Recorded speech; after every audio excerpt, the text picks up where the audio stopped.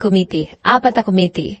Dangerous drugs, human rights, public order, at accountability at tayo isa, public accountability. At tinitignan nila, hindi lang issue ng extralegal killings, kung hindi, yung involvement din ng Pogo sa illegal drugs, at pati si Senator Risa Ontiveros, linilink yung inyong dating special envoy na si Michael Yang sa issue ng drugs at dun sa isang Pogo sa Banban. Pilit nila kayong dinidikit doon, no? Ano masasabi niyo dyan? An epilogue to truth, then present it.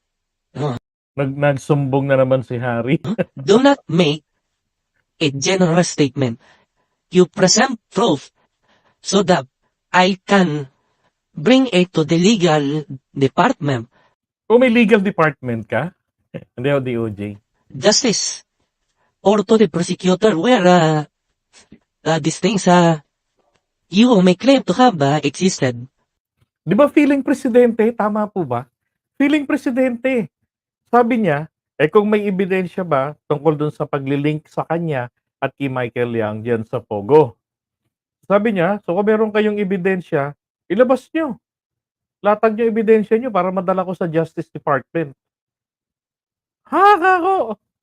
Talagang feeling mo, kaya pala FPRRD, feeling President Rodrigo Roa Duterte pa rin.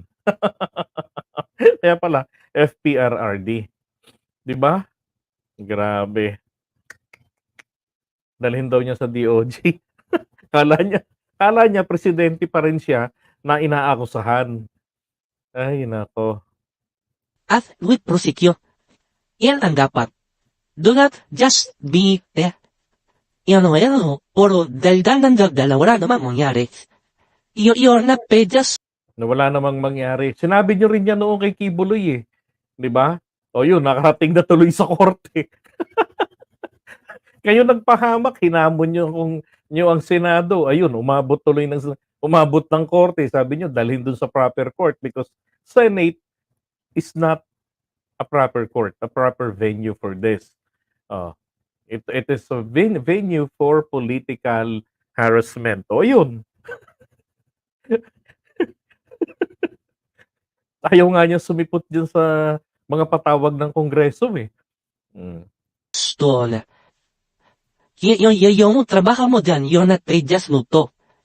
You are paid to do the legal actions necessary. Isusupitan daw kayo ng Kongreso dun sa susunod na hearing ng Quad.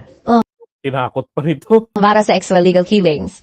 At mga 5 general gayon ang sinulatan ng ICC para makipag-ugnayan sa kanila. No? So, unang question ko, a-attend ba kayo? Kasi sabi nila, mapipilitan silang hindi lang magsupina, pero pagkatapos ng supina, citation and contempt pag hindi kayo umattend. No? At ano naman ang ma-advise na mabibigay nyo sa 5 police kasamang 2 chief of staff na gustong kausapin ngayon ng ICC? Ng ICC, I do not recognize that. Yan,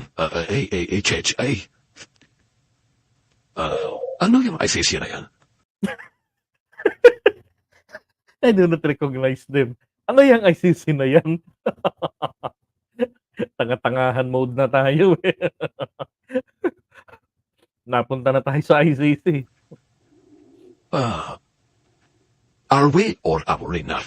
Ang tanong ko muna is jurisdiction. Correct. Abogado ako eh. Jurisdiction first question. Fiscal ako whenever I face a case dito.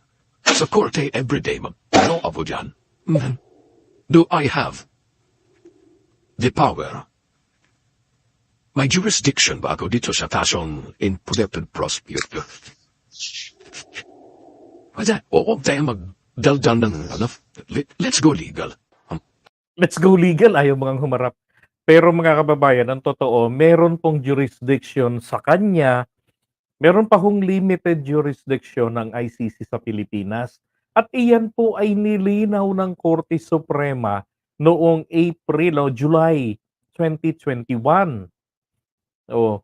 Ang sabi doon, dahil nga merong provision doon sa terms ng Rome Statute na niratify nila PBBM, na kung sakaling tayo ay umalis o nagpadala ng sulat na aalis na, hindi pa rin ito nag-aalis ng ating obligasyong makipag-cooperate. sa ICC. Mini-maintain nila ang kanilang jurisdiction at yun po ay kinilala natin na mami-maintain ng ICC ang kanilang jurisdiction na mag-imbestiga sa mga panahon na covered pa tayo ng ICC.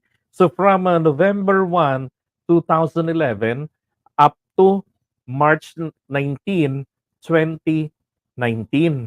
Hanggang doon po ang coverage doon. Kaya sabi ng Korte Suprema, makipag-cooperate ang gobyerno sa anumang proceedings na nasimulan ng ICC. Bakit nga po kaya ayaw itong banggitin ng mga abogado ng full moronics? ICC?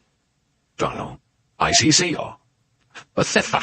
Yan, dyan siya magaling. You. Karaming nangyayari sa mundo. Masakir dito, masakir doon. Pati yung Amerikano, ilang ang pinatay. Ano ang ginawa ninyo? Diversionary na naman. Yung mga ICC kayo, yung mga karaming injustice, karaming violence, senseless, walang karason-rason.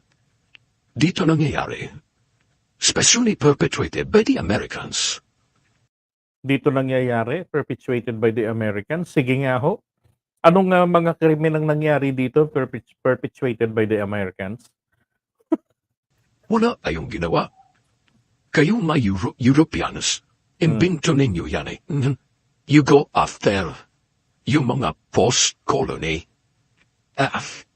Yung colony ninyo, yung tapos yung pumalik, medyo nang galit kayo. Kasi hindi na inyo yun, ninahabol ninyo. Kaya daw ginawa yung ICC para habulin ng mga European nation ang mga former colony nila.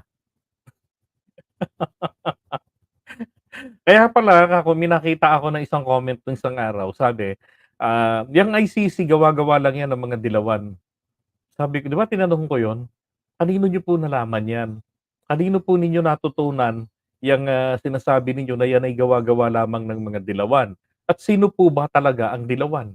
Baka ako or maybe obviously we are not on the same page pagdating po sa dilawan. Sino-sino ang dilawan? Kasi si Duterte dilawan eh. Cory Aquino appointee yan. They are under the same political party. Di ba? PDP laban. Oh. Founders, kaaway ni Marcos. Si Duterte, magaling lang itong mangagat ng mga kasamahan. Manuklaw. Yun. Kaya, akala natin, kalaban niya talaga mga dilawan. Talaga namang pala, dilawan rin naman pala talaga siya. Sinong inaway niya? Yung patay ng dalawang mag-ina.